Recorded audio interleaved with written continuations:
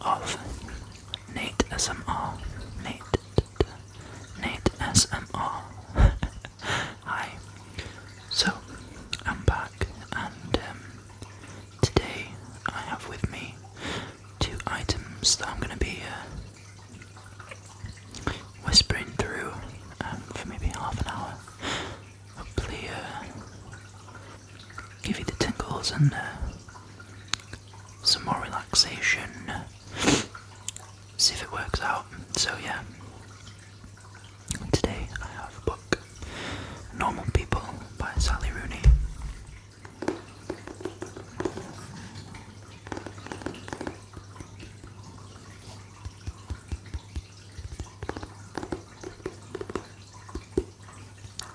I can't remember where I got this book from, but I haven't read it yet, so I thought maybe I'd whisper through a few pages, maybe a couple of chapters, see how we get on with that. Maybe the book sucks. The best novel published this year by the Times. Sounds promising. And I also have a puzzle, a wooden puzzle, called La Fuga, which was a gift from my father in Colombia. I just thought that it has quite pleasant wooden sounds.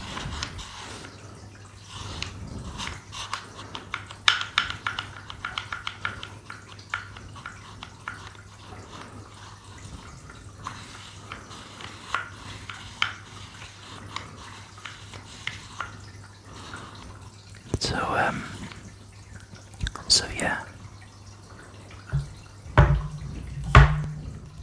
Sorry if that was loud. I'm gonna attempt to have a go at solving that puzzle a little bit later on, but first off, let's get started with Normal People by Sally Rooney. Just gonna have a sip of water.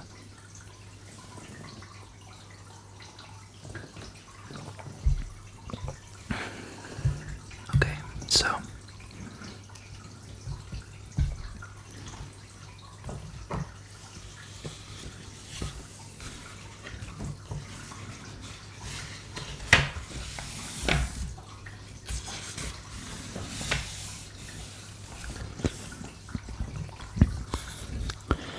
January 2011.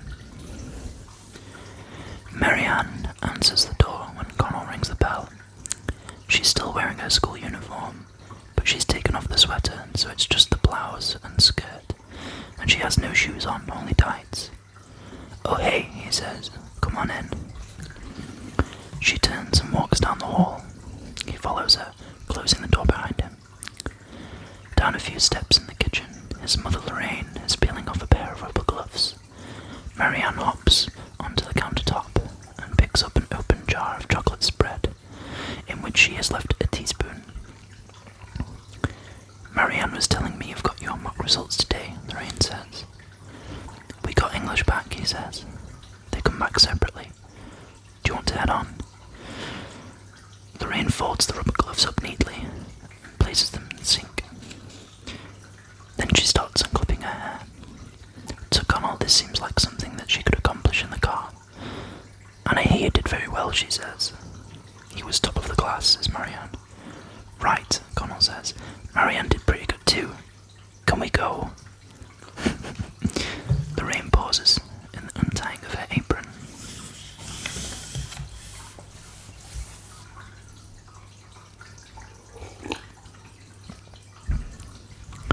"I didn't realize we were in a rush," she says. He puts his hands in his pockets and suppresses an irritable sigh, but suppresses it with an audible intake of breath so that it still sounds like a sigh. "I just have to pop up and take a load out of the dryer," says Lorraine, "and then we'll be off, okay?" He says nothing, merely hanging his head while Lorraine leaves the room. "Do you want some of this?" Marianne says. She's holding out the jar of chocolate spread. He presses his hands down slightly further into his pockets, as if trying to store his entire body in his pockets all at once. "No thanks," he says.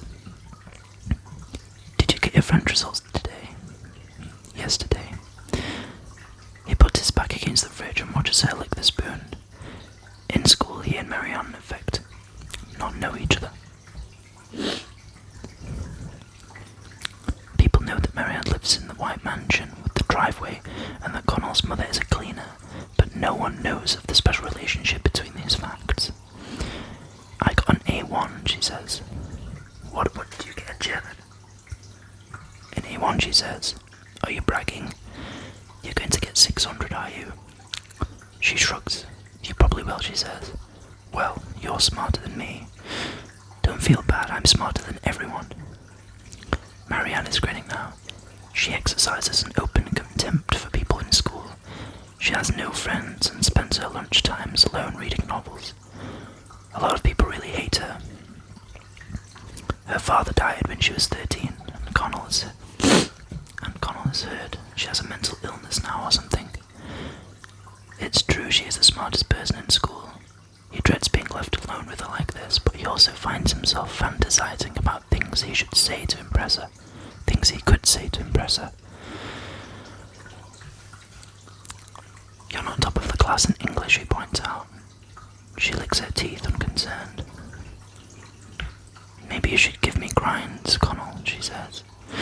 He feels his ears get hot. She's probably just being glib and not suggestive, but if she's being suggestive, it's only to degrade him by association, since she is considered an object of disgust. She wears ugly, thick-soled, flat shoes and doesn't put makeup on her face. People have said she doesn't shave her legs or anything. Connell once heard that she spilled chocolate ice cream on herself in the school lunchroom, and she went to the girls' bathrooms and took off her blouse to wash it in the sink. There's a popular story about her. Everyone's heard it. That's a popular story, excuse me. If she wanted, she could make a big show of saying hello to Connell in school. See you this afternoon, she could say, in front of everyone. Undoubtedly it would put him in an awkward, weird position. Which is kind of the thing that she usually seems to enjoy, but she's never done it. What were you talking to Miss Neary about today, says Marianne. Oh, nothing. I don't know. Exams. Marianne twists the spoon inside the jar. Does she fancy you or something? Marianne says. Connell watches her moving the spoon. His ears still feel very hot. Why do you say that, he says. God, you're not having an affair with her, are you? Obviously not. Do you think it's funny joking about that? Sorry, says Marianne. She has a focused expression, like she's looking through his eyes into the back of his head. You're right, it's not funny, she says. I'm sorry. He nods, looks around the room for a bit, digs the toe of his shoe into a groove between the tiles. Sometimes I feel like she does act kind of weird around me, he says. But I wouldn't say that to people or anything. Even in class, I think she's very flirtatious towards you. Do you really think that? Marianne nods. He rubs at his neck. Miss Neary teaches economics.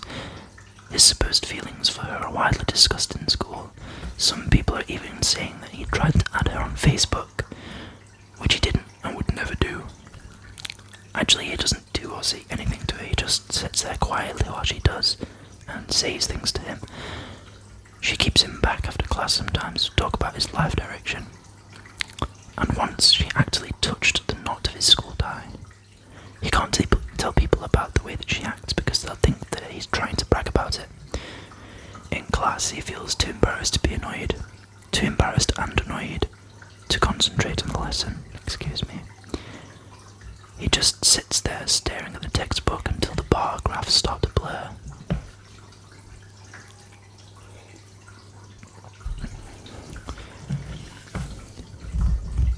People are always going on at me that I fancy her or whatever, he says. But actually, I don't at all. I mean, you don't think I'm playing into it when she acts like that, do you? Not what I've seen. He wipes his palms down on his school shirt unthinkingly. Everyone is so convinced of his attraction to Miss Neary that sometimes he starts to doubt his own instincts about it. What if, at some level above or below his own perception, he does actually desire her?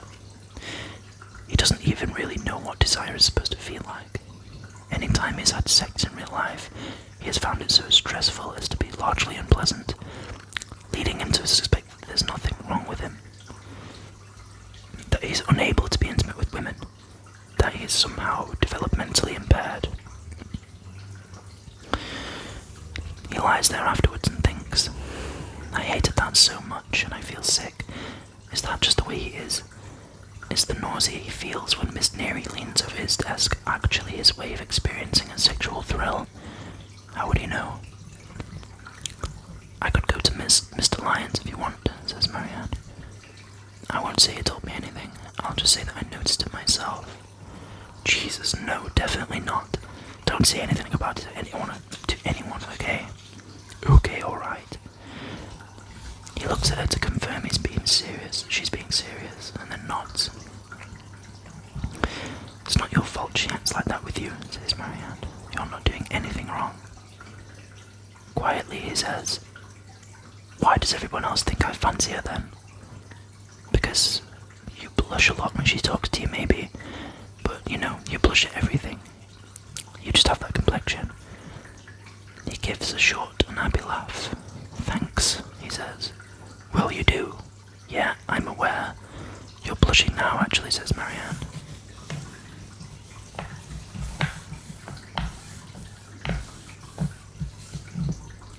He closes his eyes, pushes his tongue against the roof of his mouth. He can hear Marianne laughing. Why do you have to be so harsh on people, he says. I'm not being harsh. I don't care if you're blushing. I won't tell anyone. Just because you won't tell people doesn't mean you can say whatever you want. Okay, she says. Sorry. He turns and looks out the window at the garden. Really, the garden is more like grounds. It includes a tennis court and a large stone statue in the shape of a woman. He looks out at the grounds and moves his face close to the cool breath of the glass. When people tell that story about Marianne washing her blouse in the sink, they act like it's just funny, but Connell thinks the real purpose of the story is something else. Marianne has never been with anyone in school. No one has ever seen her undressed. No one even knows if she likes boys or girls. She won't tell anyone. People resent that about her, and Connell thinks that's why they tell the story, as a way of gawking at something they're not allowed to see. I don't want to get into a fight with you, she says. We're not fighting. I know you probably hate me, but you're the only person who actually talks to me. I never said I hated you, he says. That gets her attention. She looks up. Confused, he continues looking away from her, but in the corner of his eye, he still sees her watching. When he talks to Marianne, he has a sense of total privacy between them. He could tell her anything about himself, even the weird things, and she would never repeat them. He knows that. Being alone with her is like opening a door away from normal life, and then closing it behind him.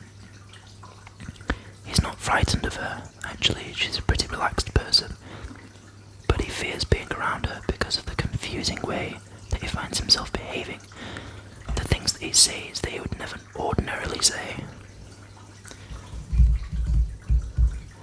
A few weeks ago, when he was waiting for Lorraine in the hall, Marianne came downstairs in a bathrobe. It was just a plain white bathrobe, tied in the normal way. Her hair was wet, and her skin had a glistening look, like she'd just been applying face cream. When he saw Connell, he hesitated on the stairs and said, I didn't know you were here, sorry. Maybe she seemed flustered, but not really badly or anything. Then she went back up to her room. After she'd left, he stood there in the hall waiting. He knew she was probably getting dressed in her room, and whatever clothes that she was wearing when she came back down would be the clothes that she'd chosen to put on after she saw him in the hall. Anyway, Lorraine was ready to go before Marianne appeared, so he never did get to see what clothes she had put on. It wasn't like he deeply cared to know. He certainly didn't tell anyone in school about it. That he'd seen her in a bathrobe, or that she looked flustered. It wasn't anyone's business to know.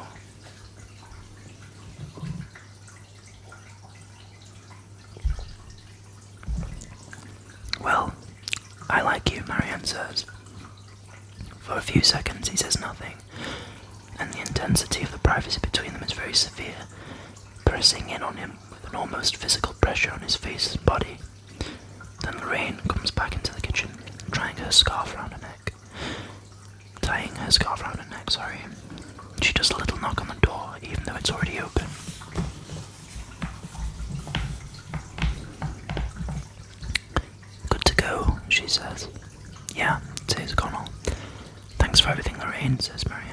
See you next week.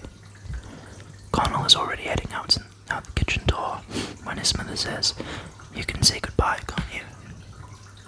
He turns to look over his shoulder, but finds he cannot actually look Marianne in the eye, so he addresses himself to the floor instead. "Right, bye," he says. He doesn't wait for her to reply. In the car, his mother puts on her seatbelt and shakes her head. "You could be a bit nicer to her," she says. "She doesn't exactly have an easy time of it in school." He puts the keys in the ignition, glances in the rear view. "I am nice to her," she says. He says. "She's actually a very sensitive person," says Lorraine. "Can we talk about something else?" Lorraine makes a face. He stares out the windshield and pretends not to see.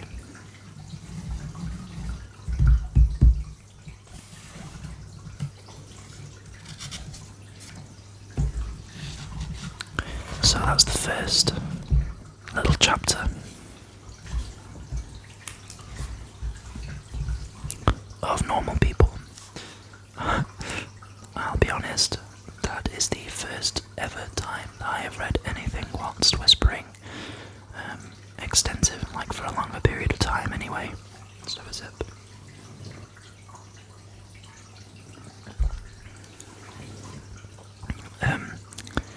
I actually had no idea.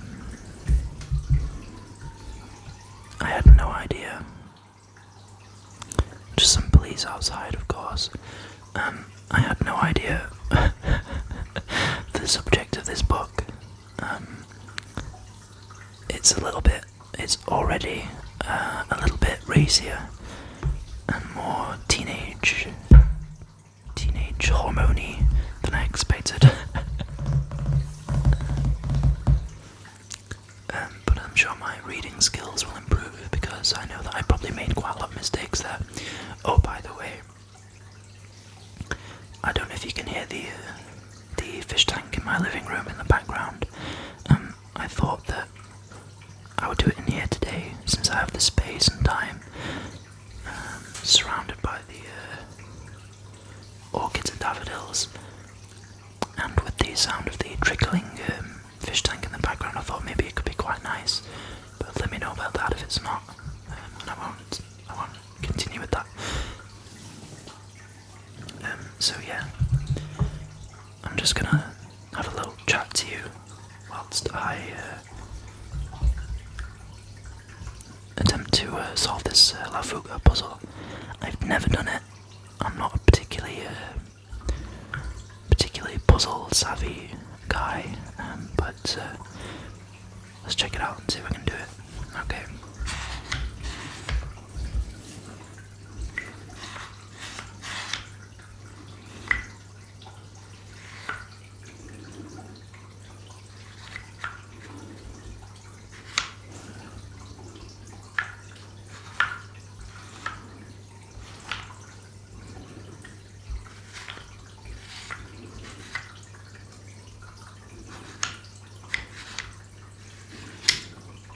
Okay.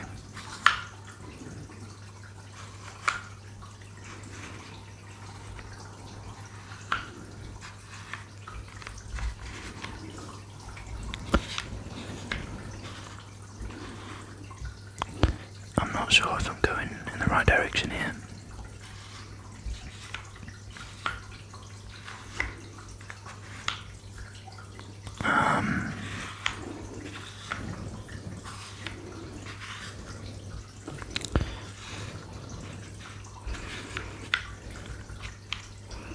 I feel like I'm not going in the right direction at all. Let's see what happens.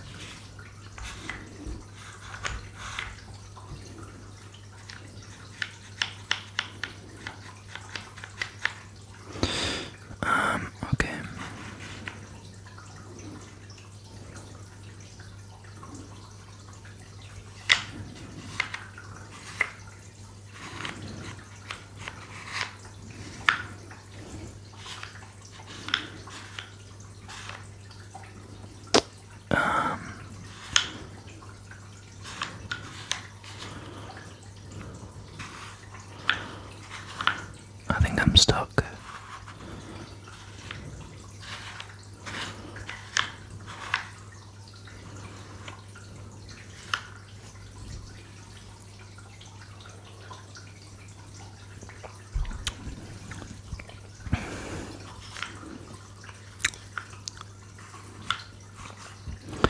So I hope everybody that sees this video is having a fantastic day. I would absolutely love it if some of you could post a comment or two and just tell me maybe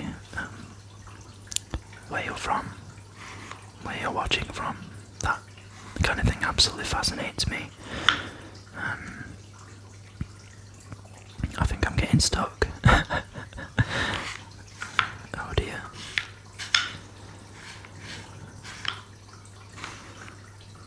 Yeah, I'm stuck. Yeah, just drop me a comment. Let me know where you're from. Let's connect a little bit. So, like I said in the last video, my name's Nate. And I'm from Yorkshire in the UK. I don't know if you can tell by my accent. I think I have a sort of a quite a soft Yorkshire accent, and especially when I'm whispering, because I feel like the Yorkshire accent has a lot of ups and downs, you know. It's quite expressive, and when you're whispering, you can pretty much cancel all of that out. But I don't think I've seen, in all my years of watching ASMR videos on YouTube, I don't remember coming across somebody that's from the same area as me. To be fair, I haven't searched, but I haven't come across it, you know what I mean? So I thought maybe I would get in there first. There's probably many people, but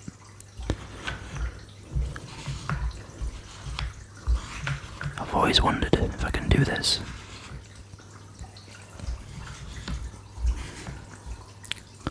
So yeah.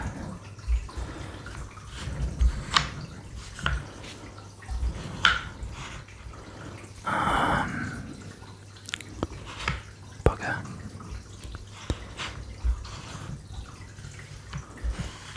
I feel like I'm going backwards now.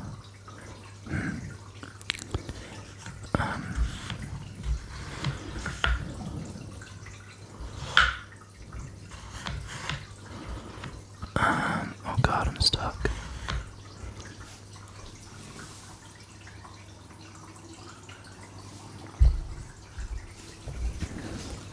So yeah.